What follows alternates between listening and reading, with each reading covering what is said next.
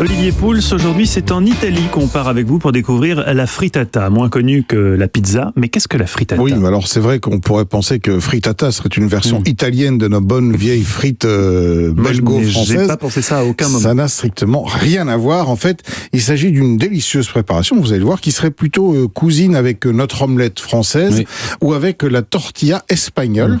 Alors, il faut savoir que c'est un plat évidemment à base d'œufs, évidemment, très populaire, consommé en Italie depuis de nombreux siècles, probablement depuis le Moyen-Âge, parce que ce qu'il faut savoir, c'est que en Italie, comme en France ou en Espagne d'ailleurs, où on élevait des poules depuis bien longtemps, la consommation d'œufs est arrivée très tard, parce que pendant longtemps, on a considéré que, en fait, manger les œufs, c'était du gaspillage, tout simplement parce qu'il valait mieux attendre que les poules couvent les œufs et que ça devienne des poulets, c'était plus rentable. Oui. Ah oui, mais il y en a des poules qui sont faites pour faire des œufs et d'autres... Aujourd'hui, oui, mais ça n'a pas toujours été le cas.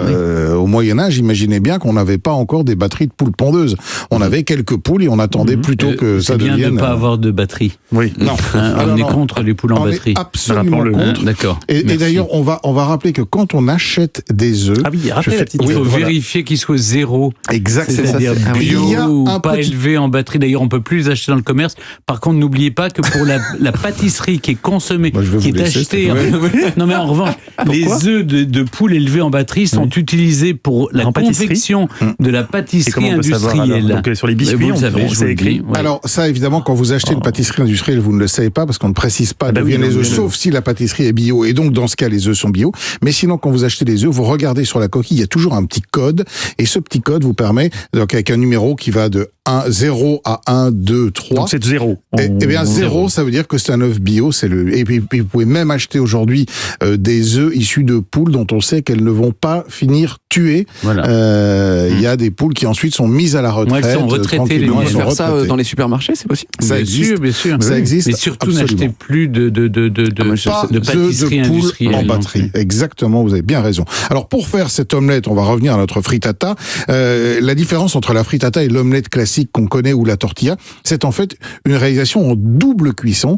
C'est-à-dire qu'on va la cuire en un premier temps dans une poêle et en un deuxième temps dans le four. Alors que l'omelette chez nous, elle n'est cuite que dans la poêle évidemment, et la tortilla aussi. Ensuite, elle est renversée. Elle contient beaucoup de pommes de terre, la tortilla, ce qui n'est pas forcément le cas de la frittata. C'est pour ça que je sens que je vais préparer la frittata. La frittata, c'est vraiment l'esprit d'un plat bon marché, populaire, accessible, qu'on appelle un peu vide frigo, c'est-à-dire qu'il n'y a pas de recette, mais vous allez mettre dedans tous les ingrédients que vous avez dans votre frigo. Alors, en général, on essaie d'équilibrer, de mélanger avec des légumes, un peu de viande. Dans la recette italienne, du fromage, évidemment, parce que les Italiens sont connus, ils sont grands amateurs de fromage. Donc, si vous voulez faire ce soir une bonne frittata, pour 2 personnes, 5 bio frais, numéro 0, donc si vous n'avez pas directement le poulailler, comme Stéphane, pour aller les prélever, vous les achetez évidemment. Un tout petit peu de crème liquide, du fromage râpé, alors mélange avec du parmesan, on peut mettre du pecorino, on peut mettre de la tome, on peut mettre ce qu'on veut, un oignon. Moi, je rajoute un poivron, un petit peu de viande. Alors là, c'est vraiment ce que vous avez, des restes de viande. Ça peut être du bœuf, ça peut être de la volaille, ou même du poisson. À la limite, ça fonctionne aussi. Plein d'herbes, parce que ça va lui donner un petit parfum sympa, sel, poivre. Donc, l'esprit de la frittata, qui veut dire frit en italien, c'est que l'oignon, on va quand même le faire frire dans un petit peu dans un bon volume d'huile d'olive. Donc, on va bien le Et ensuite, caraméliser. Est-ce qu'on déglace ou pas? Non, on déglace pas, justement. On va rajouter le poivron émincé, on va bien faire cuire, on va ajouter les viandes. On va mélanger, on va battre nos œufs, sel, poivre, avec dedans le fromage, avec toutes les herbes, ciboulette, persil, basilic, ce qu'on veut.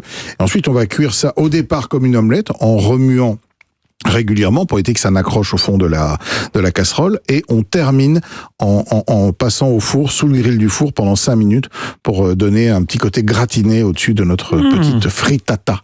Voilà pour la recette, facile à réaliser, délicieuse et franchement très abordable. Eh bien merci Olivier, on retrouve toutes vos recettes sur le site europe1.fr.